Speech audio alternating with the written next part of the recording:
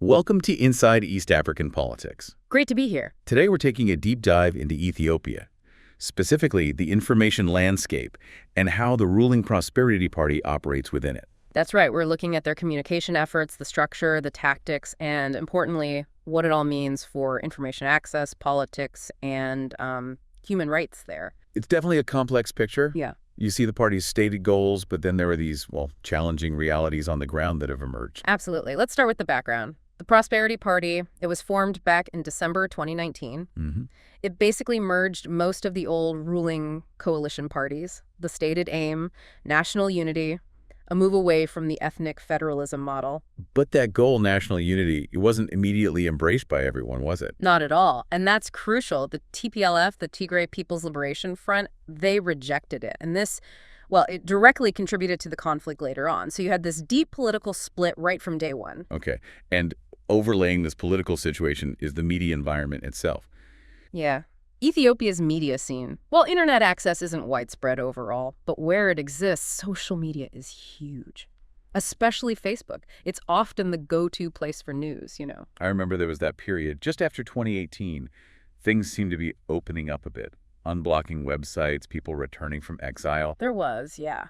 A brief liberalization, but it was followed quite quickly, actually, by a pretty major crackdown on media freedom. You can see it in the numbers. Starkly, Ethiopia dropped way down in the World Press Freedom Index, from 99th before the Tigray War started down to 130th in 2023. It's a very clear downward trend. So with social media being so key and traditional media under pressure, how does the Prosperity Party actually operate its communications? We hear about this media army. Right, the media army. This is where it gets quite, sophisticated. Investigations, like one the BBC did, they found clear evidence of a coordinated social media operation run by the party, reportedly out of their offices in Addis Ababa. Coordinated how? Through what channels? It seems directives are sent out to members using private WhatsApp and Telegram groups. Pretty direct. And what are they being told to do? What kind of tactics? It's a mix. Systematic stuff like spreading disinformation, sometimes hate speech, also enhancing images artificially, pushing the strong nationalist narrative. And a really key part seems to be building up a kind of cult of personality around Prime Minister Abiy Ahmed. A cult of personality. Some sources called it the Prosperity Party gospel, I think. Exactly. That term has been used. It involves, promoting statements that might be misleading, pushing this sort of excessive optimism that seems detached from what's actually happening. Lots of focus on, say, vanity projects and staged photos. Wow. And how do they keep everyone in line, sticking to the script? Well, there seem to be internal controls. Sources mention something called the Prosperity Family Conversation Monitoring and Surveillance System, basically a chat monitoring system. To track party members' communications. Yes, to ensure discipline in spreading the narrative. And apparently, there can be consequences for not complying. It suggests control is quite tight, both externally and internally. An operation like that must cost money. Where does the funding come from? Is it clear? Explicit budgets for a media army aren't really public knowledge, no, but the Prosperity Party clearly benefits hugely from access to state resources and business donations, too. This creates a massive financial advantage over opposition groups. So state money is effectively fueling this. The reporting suggests the whole state apparatus, public media, even diplomatic missions abroad, is used to manage the information flow. It's a completely different scale compared to opposition parties, who mostly rely on diaspora funding and often can't afford sophisticated campaigns. It really widens that digital gap. And the impact of all this, how does it actually influence public opinion inside Ethiopia? Domestically, it's about shaping the narrative aggressively. This involves suppressing independent media. We're talking over 200 journalists reportedly arrested since 2019, outlets forced to close.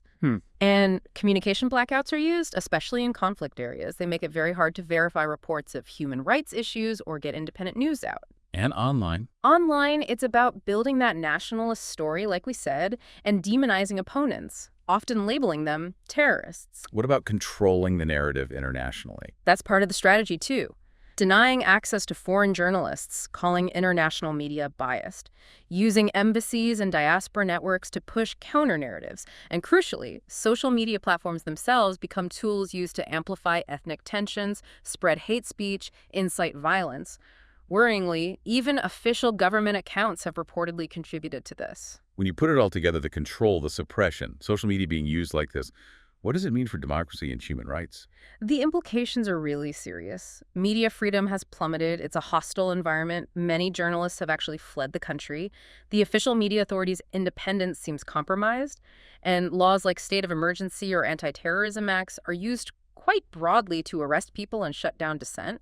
And the human rights costs are tangible. Very much so. Reports link this media control to abuses like arbitrary arrests, disappearances of critics, even torture and terrible prison conditions. Plus, the digital side. Internet shutdowns timed with protests or conflict, investment in AI surveillance. There are even reports suggesting Facebook's own algorithms might have amplified content that fueled ethnic violence. It sounds like a clear pattern of democratic backsliding. I think that's fair to say. Suppressing media, undermining the opposition, it erodes the basis for free and fair elections. We saw issues around the 2021 elections with boycotts and claims of government-run fake accounts online influencing things. Okay, so to sum up this deep dive, the evidence points to the Prosperity Party running a very organized media army.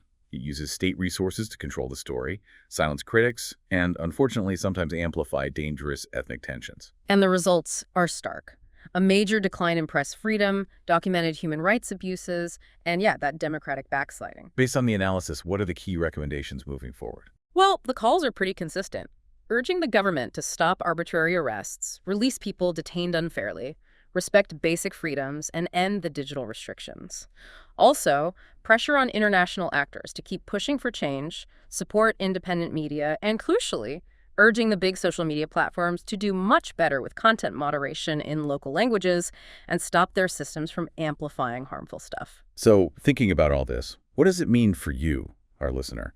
It really underscores how incredibly hard it can be to get reliable information out of Ethiopia right now, to understand the politics when the narrative is so tightly managed. It really does. And it leaves us with a pretty big question. What happens to political debate and democracy itself when the digital world becomes this kind of battleground dominated by state-controlled information? How do ordinary people and the rest of us find the truth in a landscape like that?